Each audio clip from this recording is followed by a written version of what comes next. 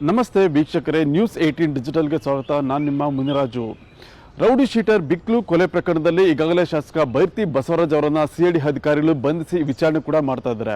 ಅವರನ್ನ ಕಳೆದ ಭಾನುವಾರ ನ್ಯಾಯಾಧೀಶರ ಮುಂದೆ ಹಾಜರುಪಡಿಸಲಾಗಿತ್ತು. ಪುನಃ ಹೆಚ್ಚಿನ ವಿಚಾರಣೆ ಸಲುವಾಗಿ 7 ದಿನಗಳ ಕಾಲ ತಮ್ಮ ಕಸ್ಟಡಿಗೆ ಪಡೆದು ಈಗ ಸಿಐಡಿ ಅಧಿಕಾರಿಗಳು ಈ ಒಂದು ಪ್ರಕರಣದ ಬಗ್ಗೆ ತನಿಖೆಯನ್ನು ಕೂಡ ಆರಂಭ ಮಾಡಿದ್ದಾರೆ. ಮತ್ತೆ ಈ ಒಂದು ಕೊಲೆಗೆ ಸಂಬಂಧಪಟ್ಟಂತೆ ಕುಮ್ಮಕ್ಕು ನೀಡಿದ ಒಂದು ಆರೋಪ ಎದುರಾಗಿದೆ. ಈ ಒಂದು ವಿಚಾರಕ್ಕೆ ಸಂಬಂಧಪಟ್ಟಂತೆ ಬೈರ್ತಿ ಬಸವರಾಜ್ ಅವರನ್ನ ಕೆಲವು ಪ್ರಶ್ನೆಗಳನ್ನು ಮಾಡುವ ಮುಖಾಂತರವಾಗಿ ಅದಕ್ಕೆ ಆನ್ಸರ್ ಪಡೆಯುವಂತ ಕೆಲಸವನ್ನು ಕೂಡ ಈಗ ಸಿಐಡಿ ಅಧಿಕಾರಿಗಳು ಮಾಡ್ತಾ ಇರೋದು.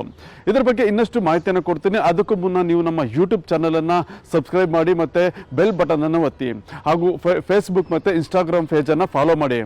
ವೀಕ್ಷಕರೇ, ಬೆಂಗಳೂರಿನಲ್ಲಿ ನಡೆದಂತಹ ರೌಡಿ ಶೀಟರ್ ಬಿಕ್ಲು ಶಿವ ಕೊಲೆ ಪ್ರಕರಣ ಏನಿದೆ, ಇದು ಭಾರಿ ಸಂಚಲನ ಸೃಷ್ಟಿ ಮಾಡಿರುವುದು. ಯಾಕಂದ್ರೆ ಈ ಒಂದು ಕೊಲೆ ನಡೆದ ಬಳಿಕ ಭಾರತೀನಗರ ಪೊಲೀಸ್ ಠಾಣೆಯಲ್ಲಿ ಒಂದು ಎಫ್ಐಆರ್ ಕೂಡ ದಾಖಲಾಗಿತ್ತು. ಆ ಒಂದು ಎಫ್ಐಆರ್ ನಲ್ಲಿ ಶಾಸಕ ಬೈರ್ತಿ ಬಸವರಾಜ್ ಅವರನ್ನ A5 ಆರೋಪಿ ಅಂತ ಹೇಳಿ ಉಲ್ಲೇಖವನ್ನು ಕೂಡ ಮಾಡಿದ್ರು. ನಂತರ ಪೊಲೀಸರು ಕೂಡ ತನಿಖೆಯನ್ನ ಮಾಡಿ ಭಾರತೀನಗರ ಪೊಲೀಸರು 2 ಬಾರಿ ಅವರನ್ನ ನೋಟಿಸ್ ಕೊಟ್ಟು ವಿಚಾರಣೆ ಕೂಡ ಮಾಡಿದ್ರು. ಆ ನಂತರ ಈಗ ಸಿಐಡಿ ಪೊಲೀಸರು ಕೂಡ ಈ ಒಂದು ಪ್ರಕರಣದ ತನಿಖೆಯನ್ನ ಕೈಗೆತ್ತಿಕೊಂಡಿದ್ದು, ಇದೀಗ ಈ ಒಂದು ಕೇಸಲ್ಲಿ ಸುಮಾರು 18 ಮಂದಿಯನ್ನ ಕೂಡ ಬಂಧಿಸಿ ಒಂದು ತನಿಖೆಯನ್ನು ಕೂಡ ಮಾಡಿದ್ರು. ಈಗ ಈ ಒಂದು ಪ್ರಕರಣಕ್ಕೆ ಸಂಬಂಧಪಟ್ಟಂತೆ ಬೈರ್ತಿ ಬಸವರಾಜ್ ಅವರನ್ನು ಕೂಡ ಈಗ ಸಿಐಡಿ ಅಧಿಕಾರಿಗಳು ಅರೆಸ್ಟ್ ಮಾಡಿ ಈ ಒಂದು ಪ್ರಕರಣಕ್ಕೆ ಸಂಬಂಧಪಟ್ಟಂತೆ ಹೆಚ್ಚಿನ ವಿಚಾರಣೆ ಕೂಡ ಮಾಡ್ತಾ ಇದ್ದಾರೆ. ಈ ವೇಳೆ ಬೈರ್ತಿ ಬಸವರಾಜ್ ಮತ್ತೆ A1 ಆರೋಪಿ ಆಗಿರುವಂತಹ ಜಗದೀಶ್ ಅಲಿಯಾಸ್ ಜಗ್ಗ ಏನಿದ್ದಾರೆ, ಈ ಇಬ್ಬರ ನಡುವಿನ ಒಂದು ಸಂಪರ್ಕ ಏನಿದ್ದಾರೆ, ಇದ್ರ ಬಗ್ಗೆ ಒಂದು ಹೆಚ್ಚಿನ ತನಿಖೆ ಕೂಡ ಈಗ ಆರಂಭ ಆಗಿರೋದು. ಯಾಕಂದ್ರೆ ಈ ಒಂದು ಕೊಲೆಗೆ ಕುಮ್ಮಕ್ಕು ನೀಡಿದ ಒಂದು ಆರೋಪ ಈಗ ಬೈರ್ತಿ ಬಸವರಾಜ್ ಅವರ ಮೇಲೆ ಇರೋದ್ರಿಂದ ಈ ಇಬ್ಬರು ವ್ಯಕ್ತಿಗಳ ನಡುವೆ ಯಾವ ರೀತಿ ಒಂದು ಸಂಪರ್ಕ ಇತ್ತು ಮತ್ತೆ ಯಾವ ರೀತಿ ಒಂದು ಕುಮ್ಮಕ್ಕು ಕೊಟ್ಟಿದ್ರು ಅನ್ನೋದ್ರ ಬಗ್ಗೆ ಕೂಡ ತನಿಖೆಯನ್ನ ಆರಂಭ ಮಾಡಿದ್ದಾರೆ.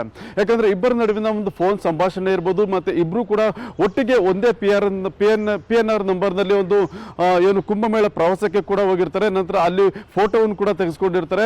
ಮತ್ತೆ ಈ ಒಂದು ವಿಚಾರಕ್ಕೆ ಸಂಬಂಧಪಟ್ಟಂತೆ ಸಿಐಡಿ ಅಧಿಕಾರಿಗಳು ಕೋರ್ಟ್ ಒಂದು ಜಾಮೀನು ಅರ್ಜಿ ವಿಚಾರಣೆ ಸಂದರ್ಭದಲ್ಲಿ ಕೂಡ ಒಂದು ವಾದವನ್ನು ಮಂಡಿಸಿರ್ತಾರೆ.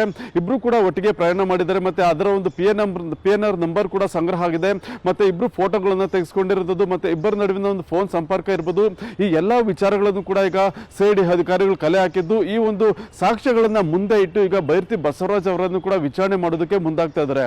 ಹಾಗೂ ಇದೇ ಸಂದರ್ಭದಲ್ಲಿ ಕಿತ್ತಗನೂರು ಬಳಿ ಒಂದು ಜಮೀನು ವ್ಯಾಜ್ಯ ಇತ್ತು. ಈ ಒಂದು ಜಮೀನು ವ್ಯಾಜ್ಯಕ್ಕೆ ಸಂಬಂಧಪಟ್ಟಂತೆ ಕೂಡ ಈಗ ಸಿಐಡಿ ಅಧಿಕಾರಿಗಳು ತನಿಖೆಯನ್ನು ಆರಂಭಿಸಿದ್ದು, ಈ ಹಿಂದೆ ಇದೇ ಒಂದು ಜಮೀನಿನ ಒಂದು ವಿಚಾರಕ್ಕೆ ಸಂಬಂಧಪಟ್ಟಂತೆ ತನಗೆ ಜೀವ ಬೆದರಿಕೆ ಇದೆ ಅಂತೇಳಿ ಕೊಲೆ ಆಗಿರುವಂತಹ ರೌಡಿ ಶೀಟರ್ ಬಿಕ್ಲು ಶಿವ ಏನಿದ್ರೆ, ಆತ ಒಂದು ರಾಮಮೂರ್ತಿ ನಗರ ಮತ್ತೆ ಅದೇ ರೀತಿಯಾಗಿ ನಗರ ಪೊಲೀಸ್ ಆಯುಕ್ತರಿಗೂ ಕೂಡ ಒಂದು ದೂರನ್ನು ಕೊಟ್ಟಿರ್ತಾರೆ.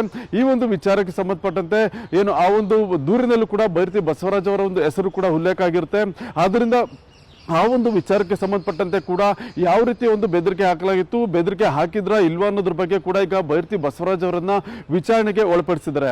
ಮತ್ತೆ ಇನ್ನು ಉಳಿದಂತೆ ಕೆಲವು ಈಗಾಗಲೇ ಈ ಒಂದು ಕೊಲೆ ಕೇಸಲ್ಲಿ ಅರೆಸ್ಟ್ ಆಗಿರುವಂತಹ ಕೆಲವು ಆರೋಪಿಗಳೇನಿದ್ರೆ, ಅವರು ಕೂಡ ಬೈರ್ತಿ ಬಸವರಾಜ್ ಅವರ ಒಂದು ಬರ್ತ್ಡೇ ಪಾರ್ಟಿಯಲ್ಲಿ ಭಾಗಿಯಾಗಿರುವಂತಹ ಕೆಲವು ಫೋಟೋಗಳನ್ನು ಕೂಡ ಈಗ ಸಿಐಡಿ ಅಧಿಕಾರಿಗಳು ಕಲೆಕ್ಟ್ ಮಾಡಿದ್ದಾರೆ.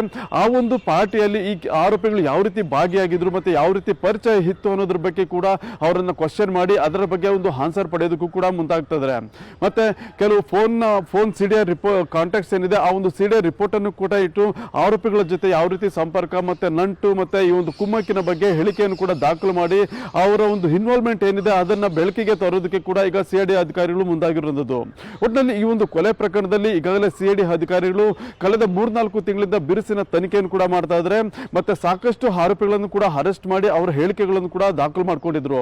ಆದ್ರೆ A5 ಆರೋಪಿ ಆಗಿದ್ದಂತ ಬೈರ್ತಿ ಬಸವರಾಜ್ ಅವರು ಕೂಡ ಈ ಒಂದು ಕೇಸಲ್ಲಿ ಸಾಕಷ್ಟು ಕಾನೂನು ಹೋರಾಟವನ್ನು ಕೂಡ ನಡೆಸಿರುವುದು. ಯಾಕಂದ್ರೆ ಈ ಒಂದು ಕೊಲೆ ಕೇಸಲ್ಲಿ ತನ್ನ ಪಾತ್ರವಿಲ್ಲ, ಇದೊಂದು ರೀತಿ ಷಡ್ಯಂತ್ರ ಅಂತೇಳಿ ಕೂಡ ಅವರು ಕೂಡ ಒಂದು ಆರೋಪವನ್ನು ಮಾಡಿ ಕೋರ್ಟ್ ನಲ್ಲಿ ಒಂದು ಸುಮಾರು ಸೆಷನ್ ಕೋರ್ಟ್ ನಲ್ಲಿ ನಿರೀಕ್ಷಣಾ ಜಾಮೀನಿಗೆ ಅರ್ಜಿಯನ್ನು ಹಾಕಿದ್ರು. ನಂತರ ಹೈಕೋರ್ಟ್ ನಲ್ಲಿ ಕೂಡ ನಿರೀಕ್ಷಣಾ ಜಾಮೀನು ಮೊರೆಹೋಗಿದ್ರು. ನಂತರ ಸುಪ್ರೀಂ ಕೋರ್ಟ್ ನಲ್ಲಿ ಕೂಡ ನಿರೀಕ್ಷಣಾ ಜಾಮೀನಿಗಾಗಿ ಅರ್ಜಿಯನ್ನು ಕೂಡ ಹಾಕಿರ್ತಾರೆ.